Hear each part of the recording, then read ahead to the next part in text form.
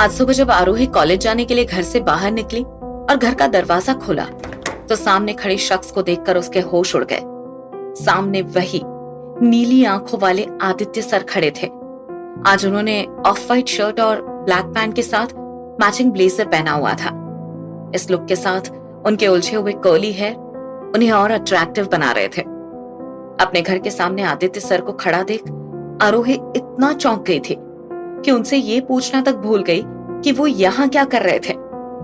बहुत देर तक मुंह खोले एकटक आदित्य को देखते रहने के बाद फाइनली आरोही ने खुद को संभाला और हड़बड़ाते हुए बोली, सर आप यहाँ? इससे पहले आदित्य सर कुछ जवाब दे पाते पीछे से कात्यायनी आ गई और आरोही को बताने लगी, तुम जानती हो क्या इन्हें? ये हमारे नए पड़ोसी हैं। अरे कल ही तो शिफ्ट हुए हैं, कात्यायनी ने आगे कहा। ये सुनकर आरोही ने थोड़ी राहत की सांस ली और भगवान का शुक्र अदा करने लगी। सामने आदित्य को खड़ा देख आरोही ये सोच के डर गई थी कि कहीं कॉलेज से उसकी कोई शिकायत तो नहीं आई जिसकी वजह से खुद एचओडी उसके घर आए हैं। थैंक गॉड बच गई। जैसा मैं सोच रही थी वैसा कुछ भी नहीं है।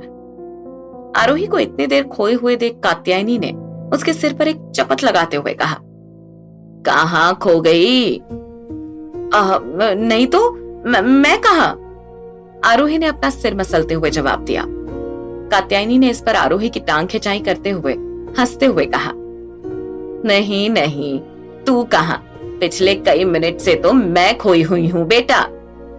तब आरोही के पास इसका कोई जवाब नहीं था, तो अब आगे बहस करने के बजाय उसने कात्यायनी को बताया, हाँ मैं जानती हूँ इन्हें, मेरे टीचर हैं।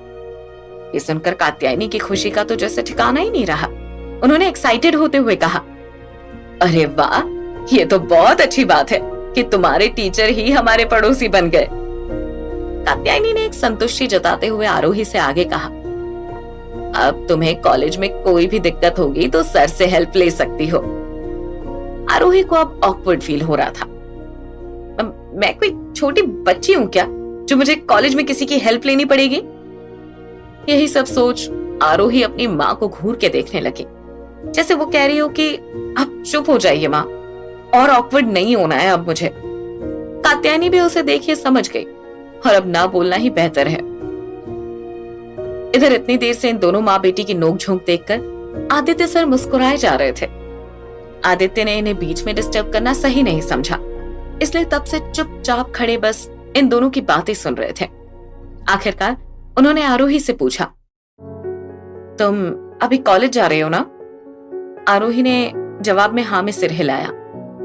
आदित्य ने इस पर अपनी बात खत्म करते हुए कहा, तो तुम एक काम करो, आज से मेरे साथ ही चलना, वैसे भी अकेली ही तो जाती हो तुम। आरोही ये सुनकर हिचकिचाते हुए बोली, नहीं सर कोई बात नहीं, मैं चली जाऊंगी अकेले। इससे पहले आरोही कुछ और बोले, कात्यायनी ने उसे टोकते हुए कहा, अरे क्यों बेटा, चली जाओ सर के साथ, सेफ रहेगा। आदित्य सर ने भी कात्यायनी का साथ देते हुए कहा, हाँ मैं भी यही कह रहा था। आरोही अब कोई बहाना नहीं बना सकी और इन दोनों की जिद पर आखिरकार उसने हाँ कर दिया। आरोही, आदित्य और कात्यायनी तीनों बिल्डिंग से नीचे उतरे और पार्किंग एरिया की तरफ गए जहां आदित्य की कार खड़ी थी। पार्किंग में पहुंचकर आदित्य ने कार का गेट खोला और आरोही को बैठने का इशारा किया। आरोही भी चुपचाप बैठ गई। आदित्य जब जाने को हुआ तो उसने कात्यायनी को बाय बोला और गाड़ी कॉलेज की तरफ ले जाने लगा। रास्ते में आरोही खिड़की से बाहर देखती हुई जा रही थी, वहीं आदित्य भी पूरी तरह से ड्राइविंग पर फोकस किए हुए था। कार अभी कॉलेज से 1 किलोमीटर की डिस्टेंस पर थी। तभी आदित्य ने कार के इंटीरियर मिरर में देखते हुए आरोही से सवाल किया, तुम बात क्यों नहीं करती किसी से? आरोही उनकी ये बात सुनकर थोड़ा सरप्राइज हुई कि अभी तो इन्हें आए सिर्फ 1 ही दिन हुआ है, तो ये कैसे जान गए कि मैं किसी से बात ही नहीं करती। आरोही अभी भी विंडो से बाहर देखती हुई ये सब सोच ही रही थी कि तभी आदित्य की आवाज से उसका ध्यान टूटा। वो मुस्कुराते हुए आगे पूछने लगा, क्या हुआ, कहाँ खो गई? इस पर आरोही ने आदित्य की ओर देखते हुए जवाब दिया, नहीं, बस ऐसे ही। आरोही ये बोल ही रही थी कि सामने पड़ी एक चीज पर उसकी नजर गई। ये देखा आरोही के पैरों तले जमीन खिसक गई। दरअसल आदित्य की कार में भी वैसा ही A+ का साइन वाला एक लॉकेट लगा हुआ था, जैसे निशान उस आदमी के सिर पर था और आरोही के स्कार्फ पर भी। आदित्य की कार में ये लॉकेट देख आरोही की धड़कनें अचानक से बढ़ गई। घबराहट और डर से इस वक्त आरोही का दिल इतनी तेजी से धड़क रहा था कि मानो अभी सीने से निकलकर बाहर आ जाएगा। एक साथ इतने सारे सवाल आ रहे थे आरोही के मन में, पर जवाब एक भी नहीं था उसके पास। आरोही आदित्य सर की तरफ गौर से देखने लगी और सोचने लगी कि आखिर इनका इस सब से क्या कनेक्शन है। वो कैसे अचानक से कॉलेज आए और उसके पड़ोस में भी? क्या उस आदमी की मौत से उनका कोई वास्ता था, या ये सेम साइन का लॉकेट उनके पास होना भी बस कोई इत्तेफाक था? इतने सारे सवाल। तू पागल हो जाएगी आरोही, ऐसे ही चलता रहा तो। कंट्रोल आरोही, कंट्रोल। आरोही ने झुंझलाते हुए अपने दोनों हाथों से अपना सिर पकड़ते हुए कहा। आरोही को यूं झल्लाते हुए देख आदित्य ने भी परेशान होते हुए फिर से सवाल किया, क्या हुआ तुम्हें? Are you okay? या आई एम गुड। आरोही ने झूठी हंसी हंसते हुए आदित्य के सवाल का जवाब दे दिया। आदित्य ने भी इस पर कंधे उचकाते हुए ओके कहा और चुपचाप से ड्राइव करने लगा।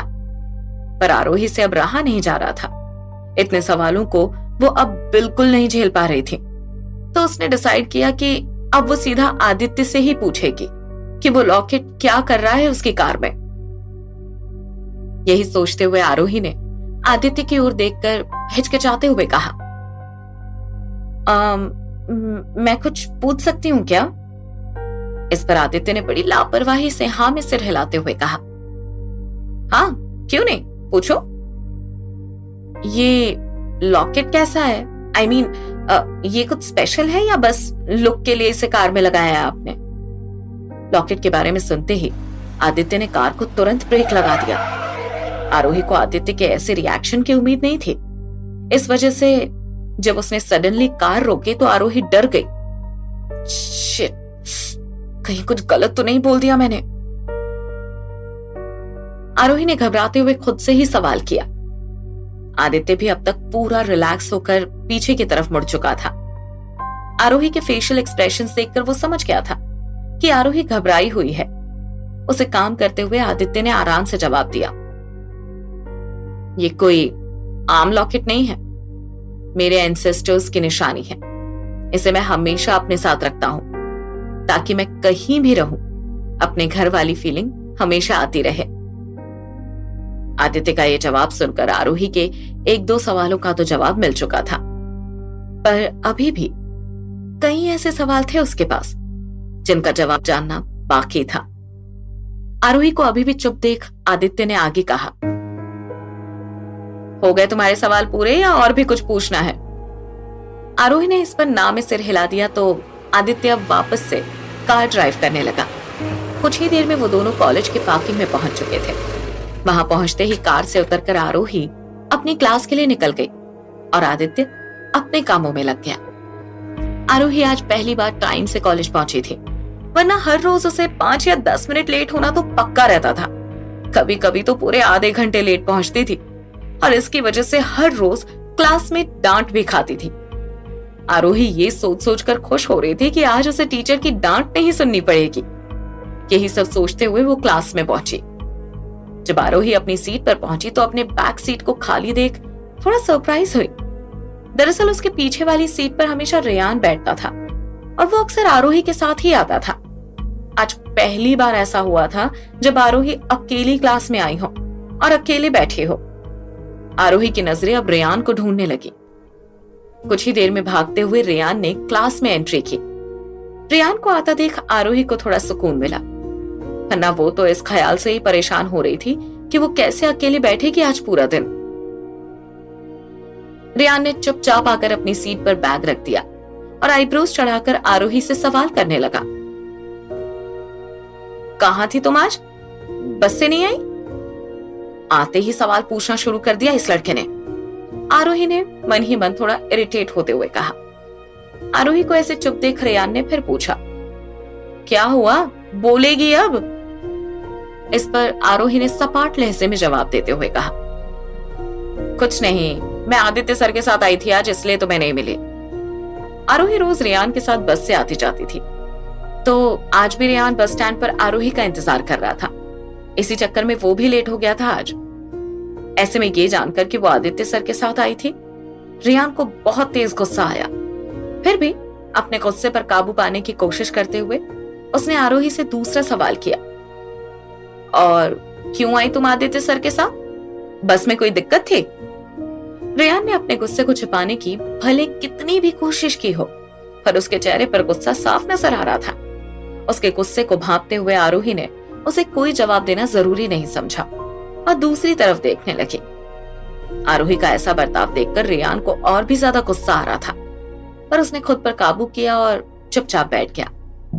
शाम के 4 बज चुके थे। कॉलेज से छुट्टी हो गई थी सबकी। आरोही बस स्टैंड पर आकर खड़ी हो गई थी।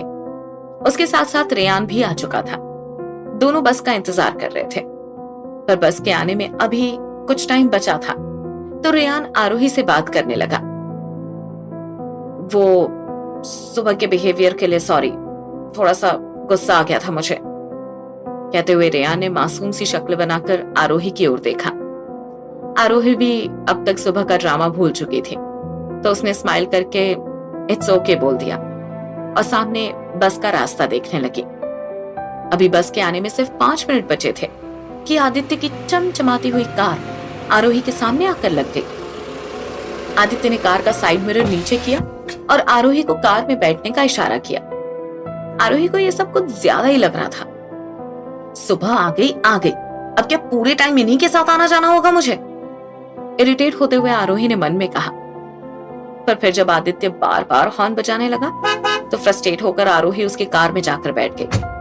आरोही के बैठते ही आदित्य ने कार का मिरर ऊपर किया और सनसनाता हुआ वहां से निकल गया। रेयान वहीं पास में खड़ा ये सब देख रहा था और मन ही मन आदित्य को गालियां दे रहा था। समझता क्या है ये अपने आप को? एचओडी है तो कुछ भी करेगा। झल्लाते हुए रेयान ने पास में पड़े पत्थर को जोर से लात मारी। इधर आरोही भी काफी ज्यादा नाराज थी आदित्य की इस हरकत से। उसे ऐसे बस स्टैंड से लाने की क्या जरूरत थी? वो आ जाती ना बस से भी। यही सोचते हुए आरोही ने आदित्य को बिना देखे ही कहा, मैं बस से आ सकती थी, सुबह मम्मा के कहने पर आ गई थी आपके साथ। इसका मतलब ये नहीं हुआ कि मैं हर टाइम आपके साथ ही आऊंगी जाऊंगी। मुझे पता है तुम खुददार हो मिस आरोही, पर जब मैं तुम्हारे घर के सामने ही रहता हूँ और रोज मुझे भी कॉलेज आना जाना है तो तुम्हें भी साथ ले आऊंगा, तो क्या दिक्कत हो जाएगी? आदित्य ने आरोही को समझाते हुए आराम से कहा। आदित्य के इस बात का अब आरोही के पास कोई जवाब नहीं बचा था, तो अब उसने बहस न करके चुप होना ही बेहतर समझा और विंडो से बाहर देखने लगी। आदित्य भी समझ गया कि आरोही को उसकी बात समझ आ गई है, तो उसने भी आगे कुछ नहीं कहा और चुपचाप ड्राइव करने लगा। कुछ